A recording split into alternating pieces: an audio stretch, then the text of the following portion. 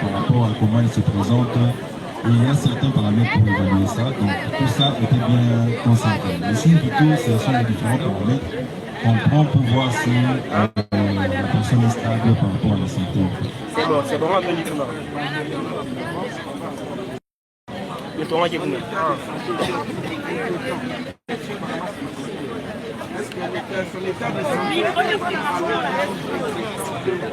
Elle était dans quel état de santé? Quel était l'état de santé en général? Y avait-il des inquiétudes, des signes qui faisaient croire que sa vie était en danger? Lorsqu'elle est arrivée à la clinique, sa vie n'était pas en danger. Merci beaucoup, docteur. Vous avez un autre élément à préciser, à compléter à l'attention du tribunal? Ensuite, on l'a examiné.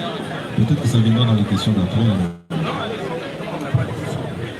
Quels sont les examens, disons, qui ont ultérieurs, ont révélé quoi par rapport à ça? Là, on l'a examiné en salle d'accouchement. On a noté une vulve. La vulve, c'est l'appareil génital externe de la femme. Une vulve qui était tuméfiée, avec quelques points de suture et des sécrétions purulentes et malodorantes, donc qui sont enlevées. Et nous avons fait un examen sous narcose, c'est-à-dire sous anesthésie. Et en l'examinant sous anesthésie, ce qui a permis de faire un bilan lésionnel, donc de voir dans les détails les lésions qu'il y avait. Donc on a noté au niveau des parois vaginales, donc dans le vagin, des tissus nécrotiques, ça veut dire des tissus délabrés qui n'avaient plus de vitalité, et une plaie qui était béante avec quelques points de suture, notamment 3 points de suture qui tenaient encore et des sécrétions purulentes. Alors on a lâché les fils qui tenaient encore puisque la plaie était infectée et on a par la suite commencé à faire des consultations. Merci beaucoup, docteur. Merci. Partie civile, comment vous réagissez?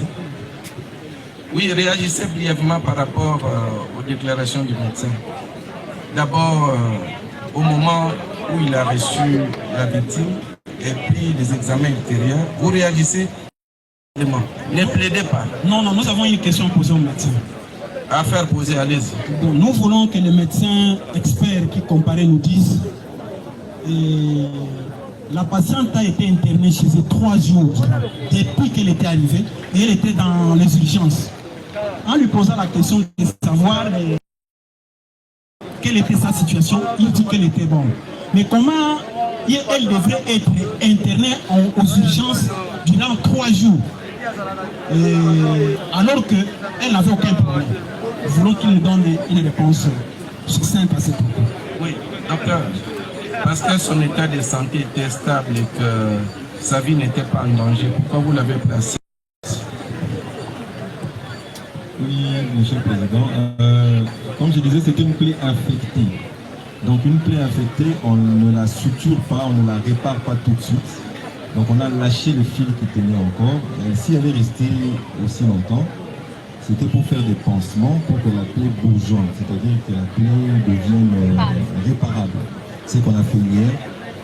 Donc la plaie était maintenant bourgeonnante et on a réparé hier. Donc elle est restée autant de jours pour faire des pansements et elle n'était pas dans un service des urgences, elle était en chambre. D'accord, merci docteur, c'est bien noté. Elle n'était pas dans un service des urgences, elle était en chambre. Et c'était pour attendre quelques jours. Bon, vous avez suivi la réponse du médecin, moi je ne voudrais pas le compléter sous pays de déformer ces déclarations. Allez-y, allez-y. Une dernière question de votre côté, partie civile. Votre honneur, Monsieur le Président, je voulais poser cette question au docteur David pour le confronter avec les déclarations du docteur Ilunga. Si docteur David peut se présenter.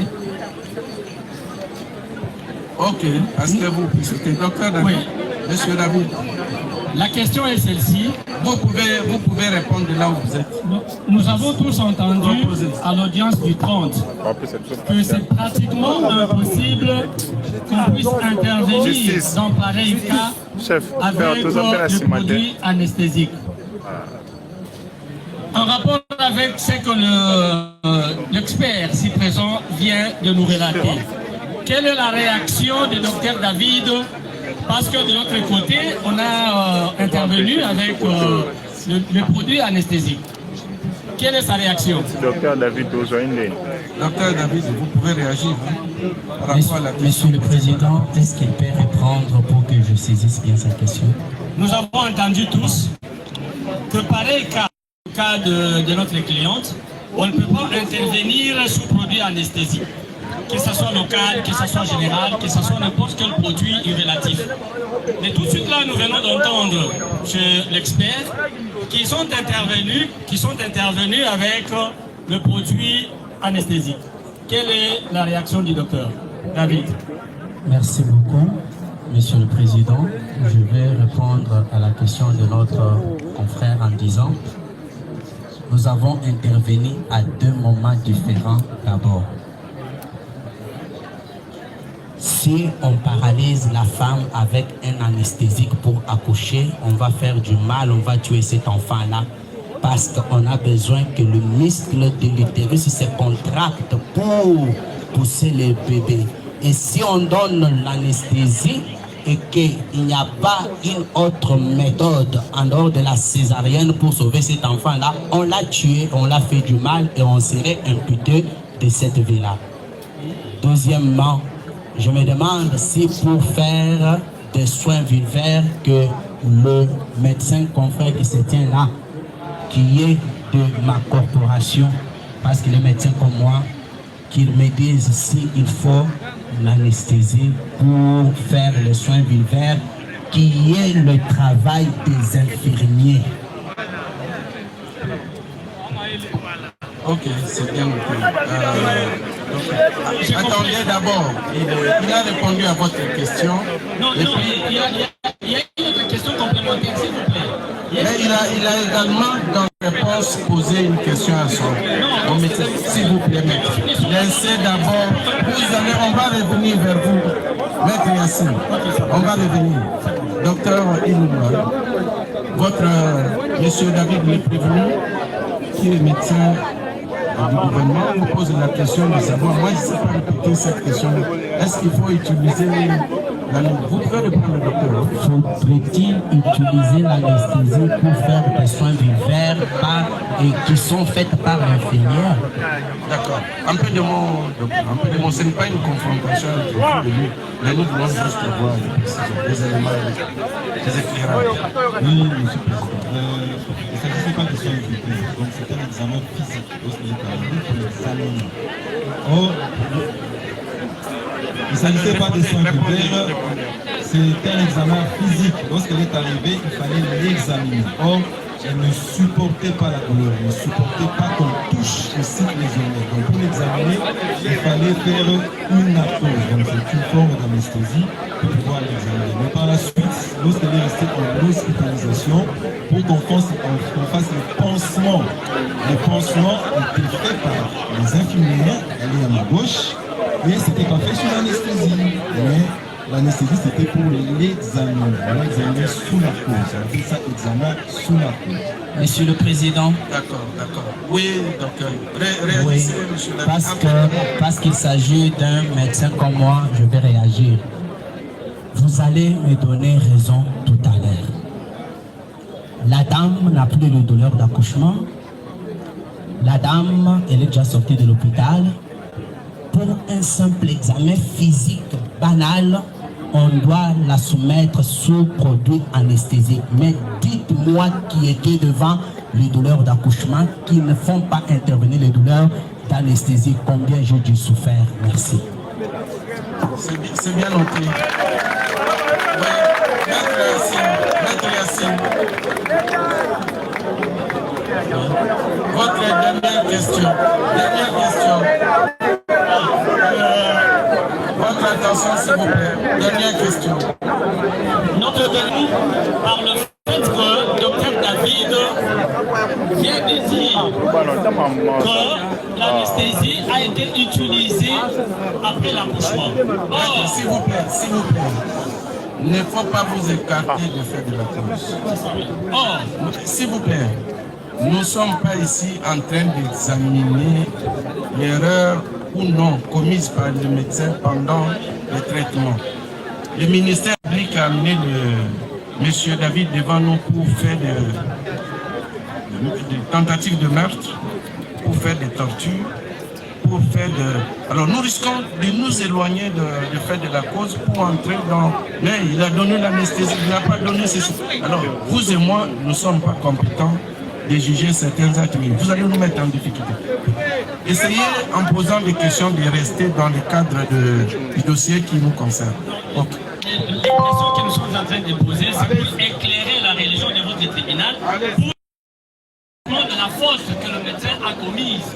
Raison pour laquelle nous sommes en train de poser ces questions. Pas de la faute médicale, mais nous voulons la faute par rapport aux coups et blessures, par rapport à la tentative de meurtre, par rapport aux actes de torture et par rapport à la publication de la vidéo. Ce sont les faits pour lesquels des griefs mis en charge du prévenu ici présent. Vous, dans tous les cas, en tant qu'avocat, essayez de nous ramener dans ces cas-là. Parce que tout à l'heure, vous allez plaider. Dans moins de 10 minutes. Monsieur le Président, vous n'allez pas oublier vous n'allez pas oublier que ce sont ces fautes médicales-là qui nous amènent, qui a amené le docteur David à commettre les coups et blessures volontaires. Donc c'est à partir de ces fautes médicales. Raison pour laquelle nous voulons commencer par les prémices. Parce que quand le docteur David était venu, il n'était pas venu pour opérer. Il n'était pas venu pour faire sortir l'enfant. Il est venu pour s'étirer. C'est le même travail presque que le docteur Ilunga vient d'expliquer. C'est la même chose. Pourquoi quand le docteur David est intervenu pour s'étirer, il n'a pas utilisé les produits qui pouvaient calmer la zone et s'étirer sans problème afin que la victime ne puisse pas avoir des douleurs et arriver juste aux coups et blessures volontaires. C'est notre préoccupation. Pourquoi il n'a pas utilisé ces produits-là? Pourquoi vous n'avez pas utilisé les produits qui pouvaient calmer la douleur de la victime? C'est ça la question. Merci beaucoup, Monsieur le juge président. Le docteur, il va confrère comme moi pour me dire si pour faire l'anesthésie.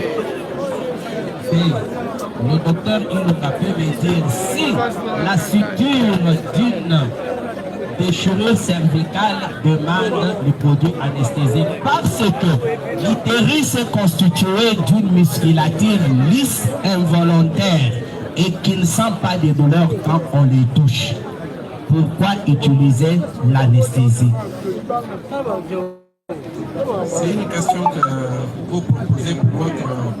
J'ai répondu à monsieur l'avocat de la partie civile. Il me comprendra, je sais qu'il est intellectuel. Répondez à sa question. Et si vous avez d'autres à proposer à l'expert qui comparaît, vous allez la proposer ici. Nous allons clôturer par là. Passer la parole au collègue qui a une question. Il m'a demandé pourquoi je n'ai pas utilisé le produit anesthésique pour suturer une plaie de déchirure cervicale. C'est là que je lui dis scientifiquement, il n'est pas recommandé d'utiliser un produit anesthésique pour suturer une plaie de la déchirure cervicale parce que c'est un muscle lisse et qui ne fait pas mal même quand on le touche. Il n'a pas besoin d'un produit anesthésique. Merci. Vous avez compris la réponse. Vous avez une objection. Peut-être que vous avez des connaissances. Allez, c'est vrai. Non, Monsieur le Président, je n'ai pas de connaissances en médecine. Mais je suis en train de constater qu'il est en train de dévier la question.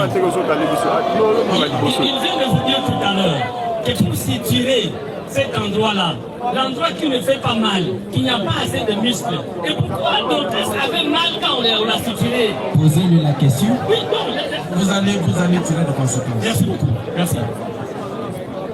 Merci abondamment, Monsieur le Président. La question au docteur David. Non, ok, c'est la dernière. La toute dernière. Nous aimerions savoir que le docteur nous dise, parce que l'accouchement avait déjà eu lieu. Lui, il est venu que pour suturer. Qu'est-ce qu'il avait amené pour donner des coups ainsi que des tortures à madame C'est une question qui a été suffisamment répondue. Il a suffisamment répondu. Non, s'il vous plaît, la République veut passer la parole à la République. Cette question a été abordée à plusieurs occasions, je crois qu'elle avait donné. Et tout à l'heure, vous allez l'aborder pendant la pluie. La pluie est en train de nous péter. Hein. Allez-y, République. Monsieur le Président, votre honneur, nous avons une question à faire poser à l'expert. Si l'expert peut nous dire s'il existe-t-il d'un point de vue médical un lien entre ces blessures et une quelconque défaillance matérielle. Donc, d'un point de vue médical, il existe-t-il un lien entre les blessures que vous avez constatées chez la victime et une quelconque défaillance médicale, matérielle de l'hôpital de référence de Kitolé? Ça, c'est la première question. La deuxième question, nous voulons, nous, la République, avoir plus de précision. Si, en touchant la victime, vous avez constaté que la victime avait du mal à coopérer avec vous, aussi au niveau de l'hôpital Diamant. Nous avons dit. D'accord, d'accord. Docteur Ilunga, vous pouvez répondre brièvement et le tribunal va vous libérer. Il y a une autre question, ça va, on va revenir. Oui, docteur Ilunga, passez le micro à docteur Ilunga. Merci, monsieur le Président. Allez, la pluie est en train de venir. Pour être sûr d'avoir compris la question, l'avocat veut savoir s'il y a un lien entre ce que nous on a constaté et le plateau technique de l'hôpital de référence. Je pense que c'est ça. Ce que nous on a constaté, c'est qu'une déchirure vaginale et une épisiotomie infectée. Maintenant, est-ce qu'il y a un lien entre ça et l'hôpital de référence? On ne sait pas supporter, parce qu'une infection peut arriver pour plusieurs raisons. Même si c'est fait dans des conditions stériles, parfois ça arrive. Donc je ne sais pas faire de supportation. Donc on a constaté une infection de la plaie, mais faire le lien avec le travail qui avait été fait avant ou le plateau technique de l'hôpital de référence, ça serait supporté. Effectivement, si on a fait un examen sous narcose, c'est parce que Mme Moya ne supportait pas qu'on touche à cette plaie. C'est pourquoi on a fait un examen sous narcose pour nous permettre d'examiner.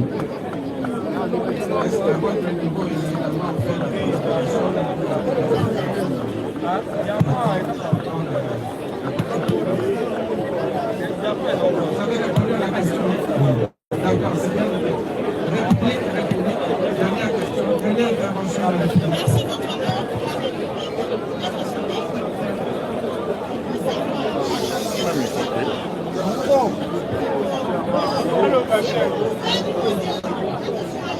Global à micro 2.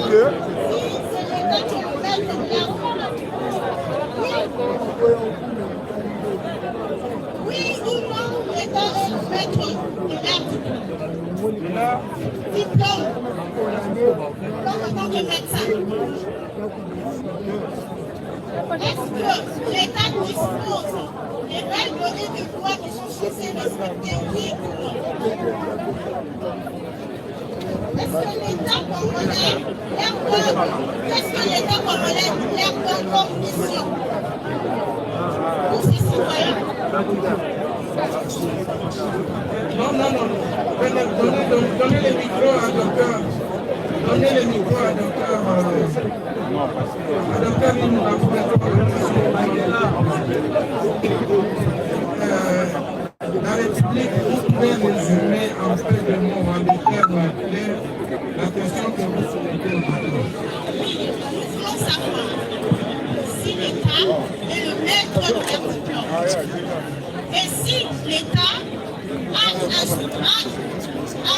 réguler leur métier à travers le droit, et si l'État leur a donné la mission principale, et c'est quoi leur mission principale à travers les citoyens et l'État?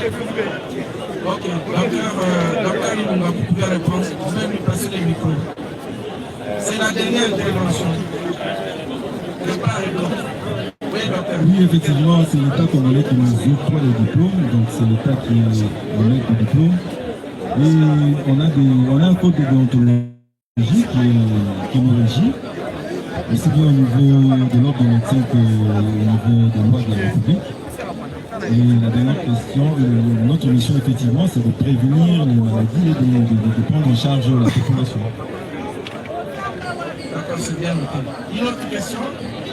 Oui, la dernière Prendre en charge les citoyens, la victime, la frappée.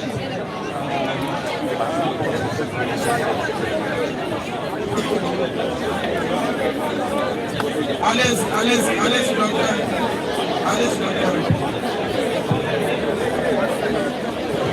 Non, la prise en charge ne veut pas dire frappée. C'est bien noté. Vous êtes au Conseil de la République. Hein? C'est le Conseil de la République qui a posé cette question. S'il vous plaît, il ne faut pas... Non, c'est le Conseil de la République qui a posé la question. S'il vous plaît, il est libre de poser des questions qu'elle estime nécessaires. Écoutez, le Conseil de la République se sent à l'insécurité. Vous n'avez l'obligation de ne réagir. Donnez-lui l'occasion de poser librement ces questions. Bien, maintenant c'est la question à la composition.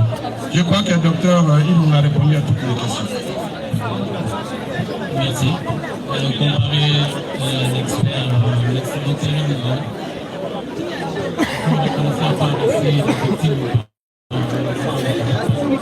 vous reconnaissez avoir reçu la victime, comme vous l'avez déclaré. Est-ce que la victime vous a déclaré qu'elle avait subi tout de la part de l'exercice et prévenu? Oui, puisque c'était parti dans la messe de l'interrogatoire, l'interrogatoire on est dit tantôt que la victime était internée. Je voudrais savoir s'il y a un acte avec les coups donnés et cet internement, cette hospitalisation dont on vient de parler. Autrement dit, l'hospitalisation a-t-elle été consécutive au coup qui avait été donné ou à autre chose? L'hospitalisation est due à l'infection des plaies vaginales. Qui n'a rien à voir avec le coup? Non. Ça va. Je crois que le tribunal va... Question à la République. Merci, Monsieur le Président, pour la parole nous accorder. C'est le ministère public qui a demandé que la République vienne se présenter au place de ce jour. Nous avons une question à faire poser à la République.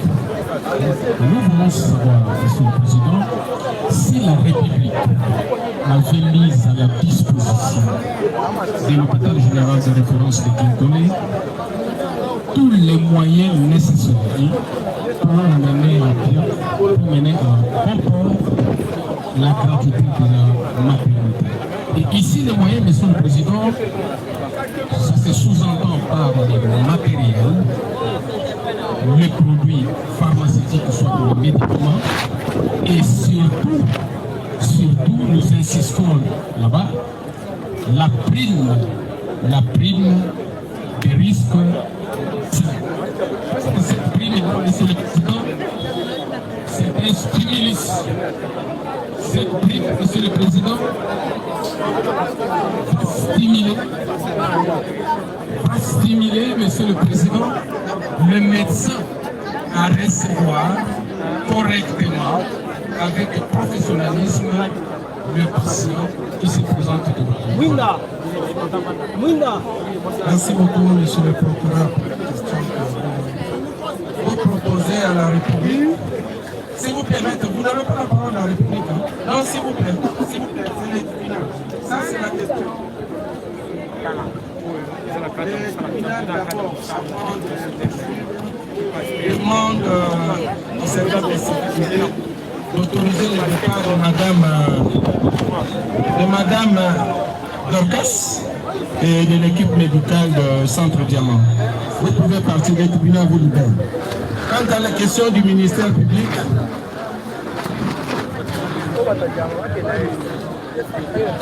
oui, vous pouvez le poser. Si vous avez un dossier à déposer, bon, vous pouvez le faire. En principe, les experts ne déposent pas des pièces devant le cabinet. Bon, s'ils les déposent, il n'y a aucun inconvénient. Bon, madame Dorcas, ok, mais madame, moi.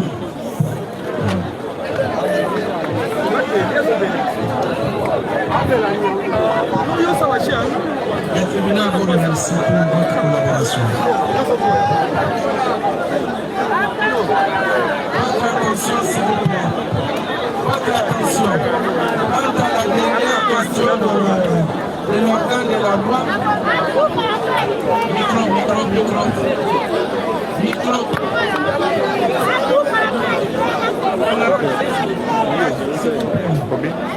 Les tribunaux vous dispensent de cette question. Non, les tribunaux vous dispensent. Les tribunaux vous dispensent. On est au tribunal.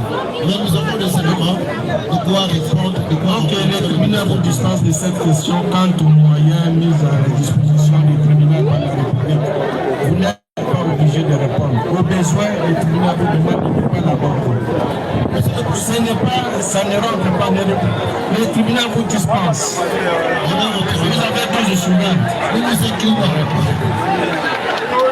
Bon, le tribunal suspend l'audience qui va reprendre dans la salle qu'il y a là, étant donné qu'il menace le pouvoir, et c'est pour recevoir le réquisitoire du ministère public. La plaidoirie. Maître, le tribunal avait demandé au service de sécurité de s'occuper de la victime. Je crois que les services de sécurité vont tout mettre en œuvre pour que la victime rentre en toute sécurité d'où elle est venue.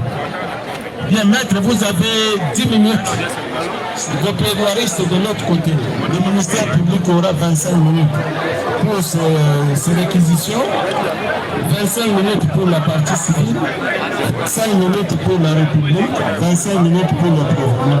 Et s'il y a des répliques, ce sera 10 minutes à chacune des parties. Voilà, l'audience est momentanément suspendue. Elle reprend à 14h30. Et c'est pour ce devoir précis. Réquisitoire du ministère public, conclusion de la partie civile et de la République ainsi qu'à plaidoirie du prévenu. Tout à l'heure dans 10 minutes. L'audience est suspendue.